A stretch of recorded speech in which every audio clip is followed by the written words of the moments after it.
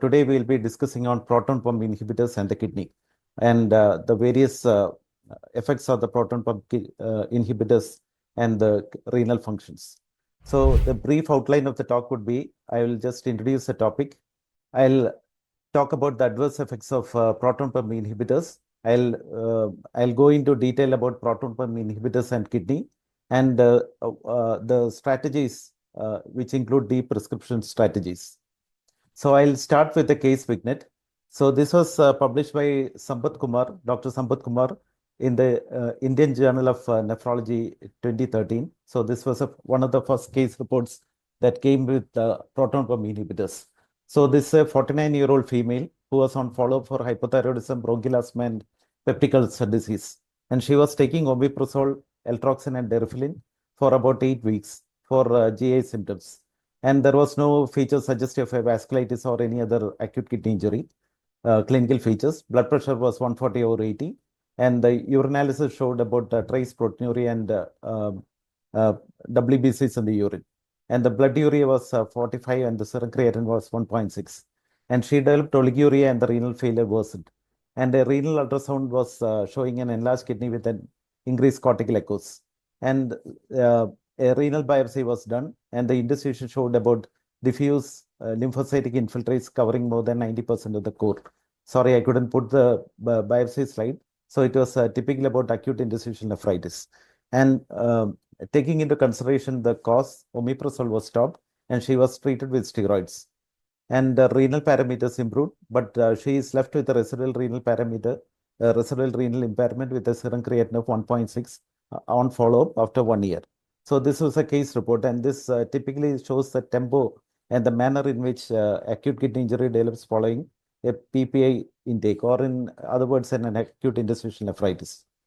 So PPI, it is one of the widely used medications worldwide, and about 15 million users use PPI in America. This is a prescription database, and this corresponds to about 8% of the US population. But it is an over-the-counter medication, so the actual number using will be much higher. And anyway, its usage is much higher in patients with chronic kidney disease, and we tend to use it for a longer duration than with other patients without chronic kidney disease. And the common indications are gastric GERD, peptic ulcer disease, Barrett's esophagus, as a part of H. pylori eradication, and there are often certain prophylactic indications, co-prescription with NSAIDs and steroids, which will come to it later. So this is going to the mechanism of action of proton pump inhibitors. Once they are taken, it has to be protected by some capsular form, because it will readily dissolve in the acid environment of the stomach. So the drug has to reach the small intestine where it is absorbed, and it undergoes first pass metabolism in the liver, and it comes and acts on the hydrogen potassium ATPase, which is on the luminal side of the parietal membrane, and it blocks the hydrogen potassium ATPase, and it is an irreversible binding to hydrogen potassium ATPase, and 66% of the hydrogen potassium ATPase activity comes down very fast, and it has a half-life of about 6 to 8 hours. This is a mechanism of action of proton pump inhibitors, and the complications are varied. So there are a lot of case reports suggesting there are a lot of associations and adverse effects associated with the proton pump inhibitors. It can cause long-term use, can cause osteoporosis.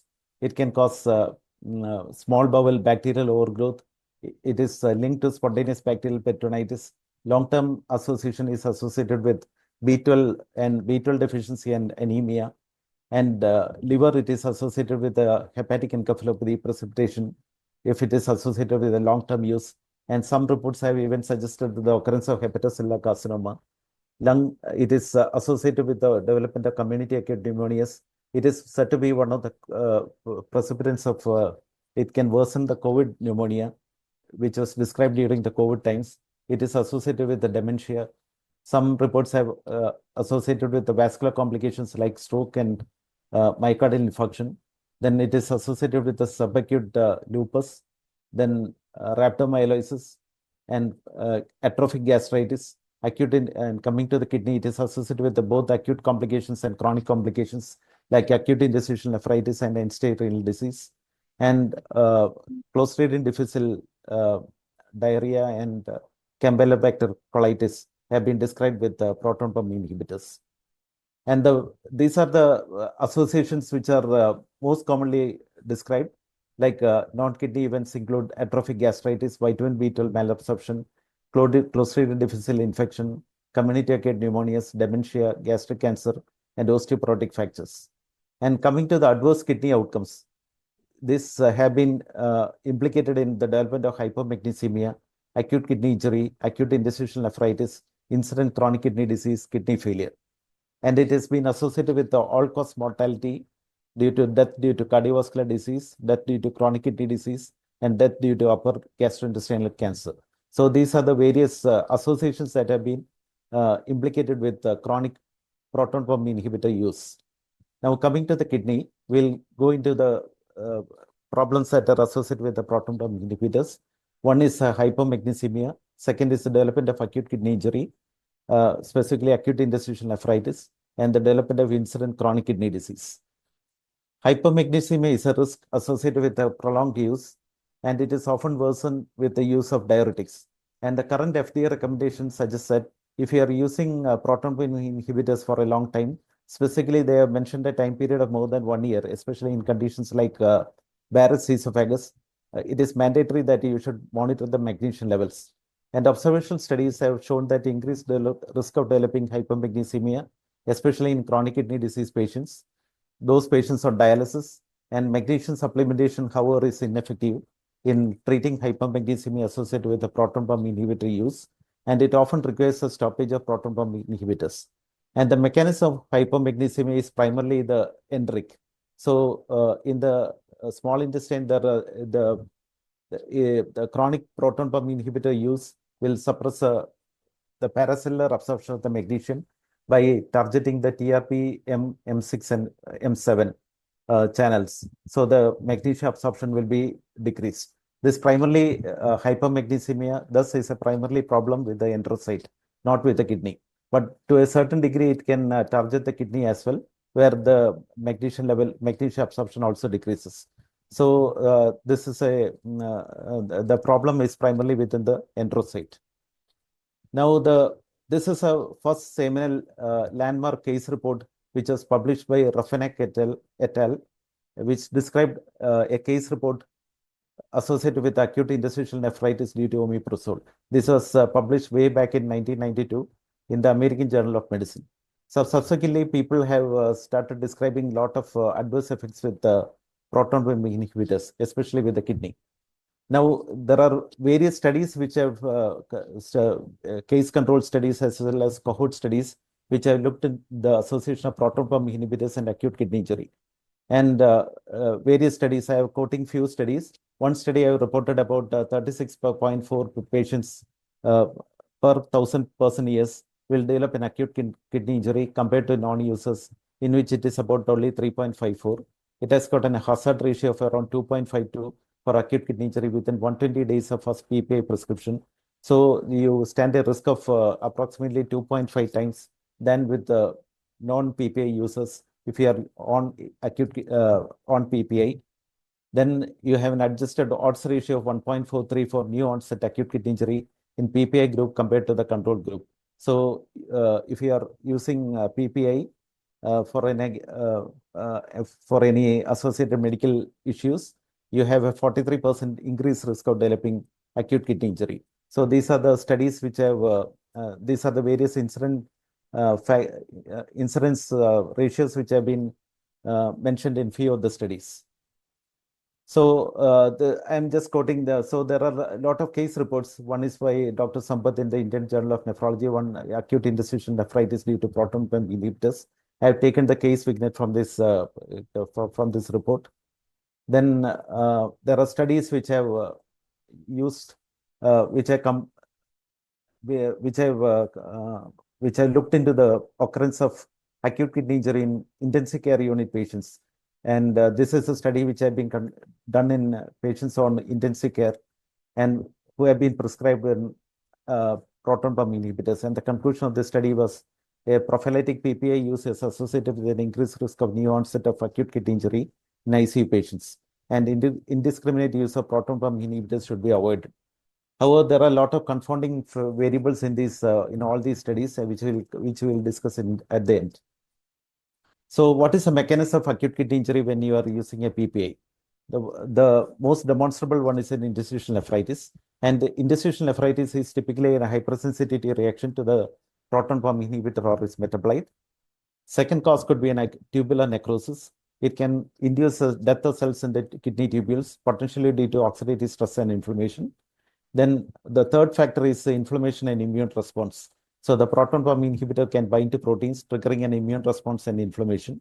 And this inflammation can lead to the activation of cells that contribute to tissue damage, including the macrophages, fibroblasts, and the neutrophils. The other possible mechanisms which have been implicated include inhibition of the lysosomal proton pump, which affects nitric oxide synthesis and can lead to increased generation of superoxide anion.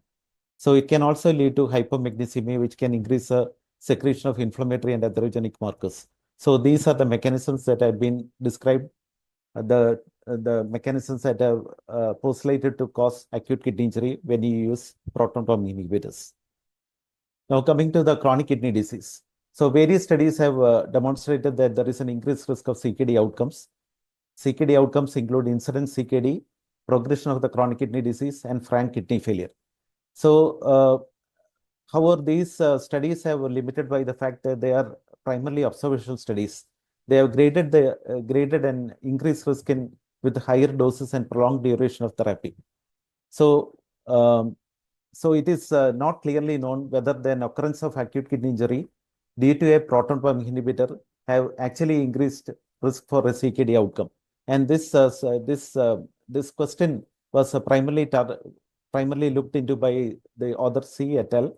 And they have not been able to conclusively prove that an acute kidney injury due to a proton pump inhibitor ultimately leads to a chronic kidney disease, because there are a lot of limitational things for doing such a study, because you need sequential kidney biopsies, which are not possible in a clinical setting.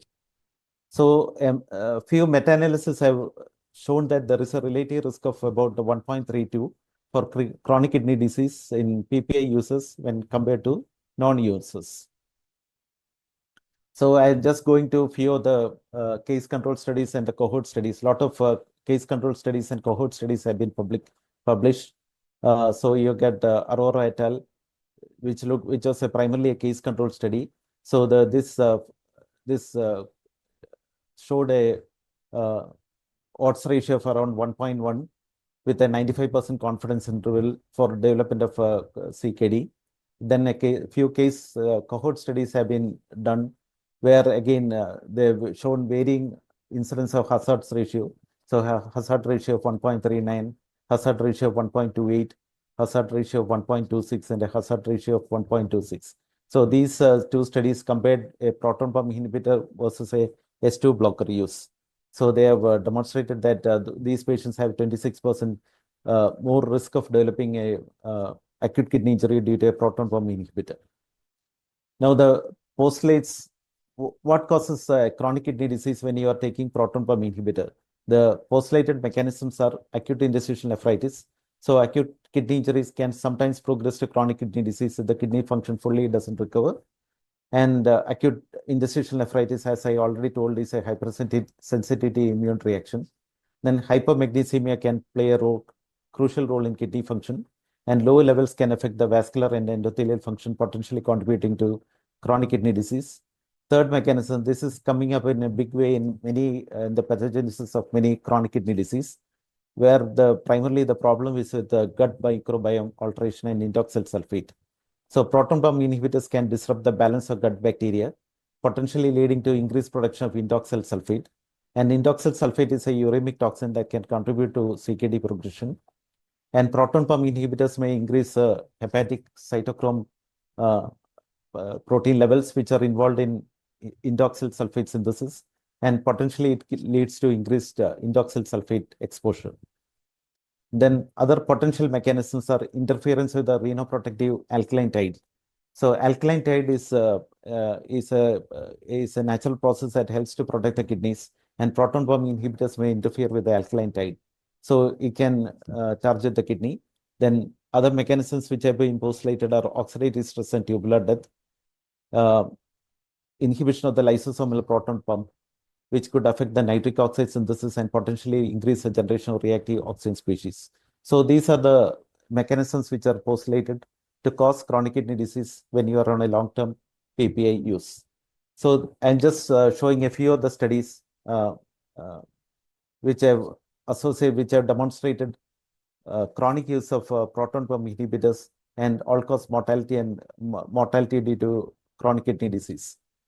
So these two studies, one is a cohort study, as the two are cohort studies, and PPI versus non-PPI use, there is a hazard ratio of around 1.11, 1.19, and the second study shows a hazard ratio of around 1.17. So clearly, these two observation studies have shown that there is an increased hazard of getting all-cause mortality when you're on a proton pump inhibitor. Now coming to the deprescription modalities.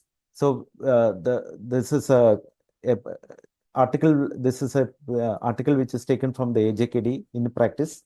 So whenever you are on proton pump inhibitor, you always you have to think about deprescribing. So this deprescribing is the process by which a drug which has to be stopped, and depending upon the indication and whether it is outlived its indication. So when the patient comes to you and he's on a proton pump inhibitor, always look whether there was an indication for a proton pump inhibitor use. If there is no indication, stop the PPA. Then again, if there's an unknown indication, stop the PPA. And if there is a mild, moderate esophagitis or a gastroesophageal reflux disease, and the patient has been treated for around 8 weeks, you have to lower the dose or stop and use on demand. Then the peptic ulcer disease has been treated for H. pylori, and the patient has been treated for 2 to 12 weeks. Again, you have to stop PPA. Then upper GI symptoms, asymptomatic following treatment, ICU stress ulcer prophylaxis, uncomplicated and asymptomatic H. pylori infection treated for all 2 weeks, you have to stop PPA. Then the definite indications for continuing the PPI include severe esophagitis. Often this requires an OGD scopy. Then Barrett's esophagus, history of bleeding, the gastrointestinal ulcers. Then chronic NSAID use with a bleeding risk. You have to continue PPI.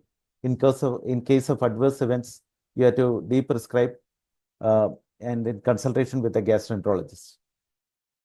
So these are the deprescribing strategies which should be adopted in any patients who is on a chronic PPA. Now, what will you do if the patient is being started on steroids?